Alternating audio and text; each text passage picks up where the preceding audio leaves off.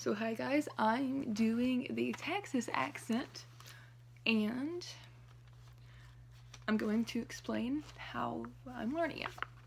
So, an important part of this accent is what's called a lilt. That is the up and down of like your voice when you're using vowels. So, it takes place during the time the vowels are sustained. Or like the vowels fall inside of stressed syllables or diphthongs. It happens almost all the time on every vowel. So the resonance or tone placement of this, it's palatal, and with a velar focus, the sound bounces off of the spot near the opening into the back of the nose. The soft palate carries the twangy sound you're going to get when using this accent. So when you're trying to use this accent, your tongue tip will be close to your teeth, and you'll try to limit the amount of movement in the back of your mouth. So try to limit the amount your tongue moves, like the back of your tongue. And the sound will be closer to the front. So you'll have your lips tight, but not too tight. So just tight enough to limit the movement of it. Don't go nasal with this accent. It is a pseudo-nasal. So you don't want to sound like this. You don't want to sound like that. That is not what Texas accent is. So, pseudo-nasality for not nasal. So the pronunciation of vowels. The lilt truncation. Excuse me. The first one is the lilt truncation. The diphthongs become a single vowel. So, your oi words, boy, joy,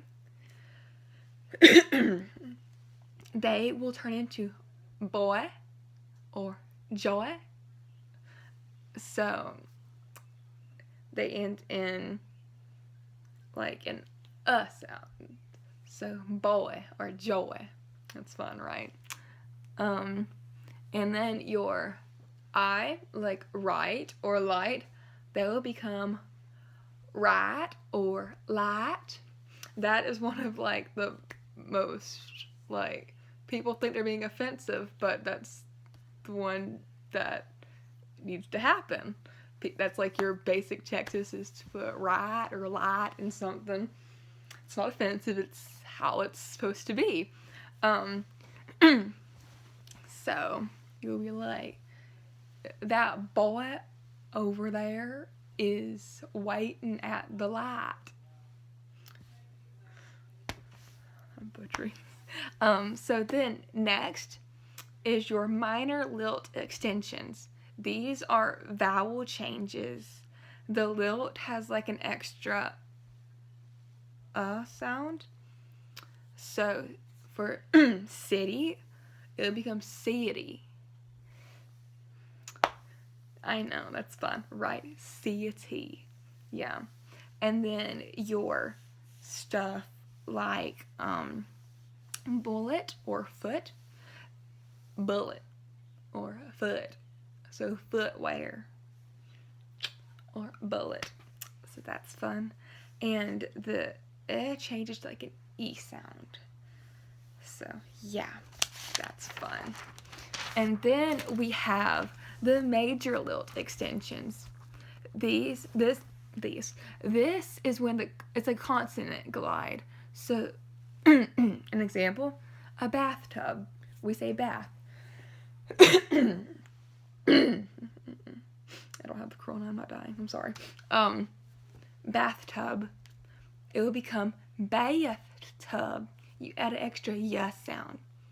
And for something, that's for the ass sound.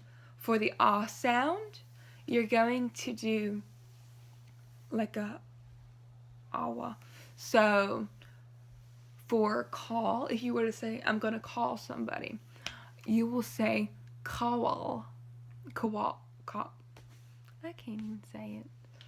Call them. I'm going to call them. And to say, I want some more ice cream. I want some more ice cream. I'm calling on the phone for ice cream, you know. Okay, so that's fun. And then we have the reverse lilt extensions. That's an extra sound that comes before the vowel.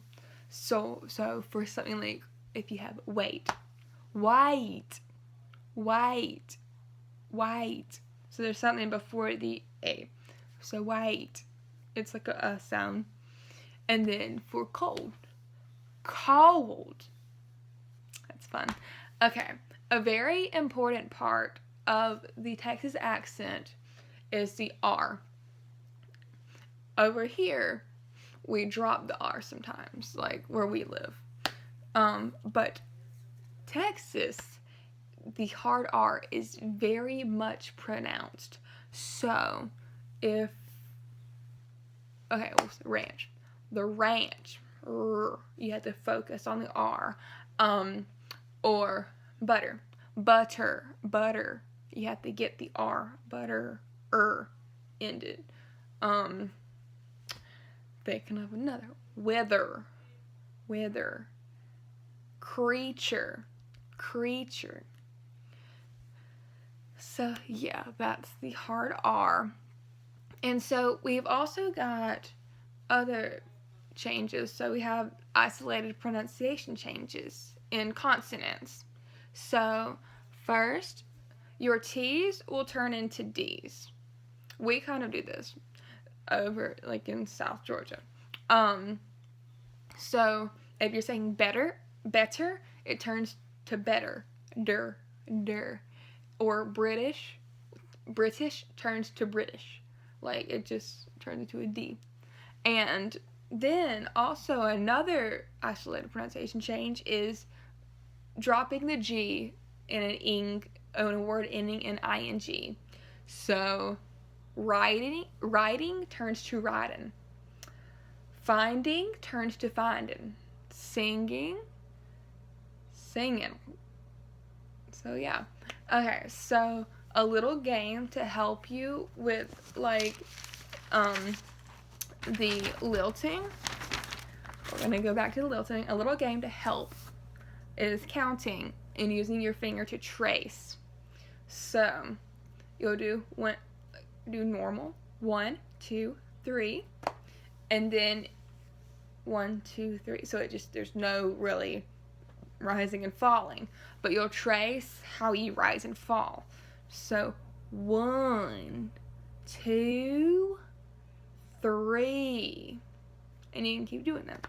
So 1, 2, 3, and then you go 4, 5, 6, and you just keep doing that, and that's a little fun game. So if you have any questions, feel free to ask. I hope I did well on explaining this. Bye, guys.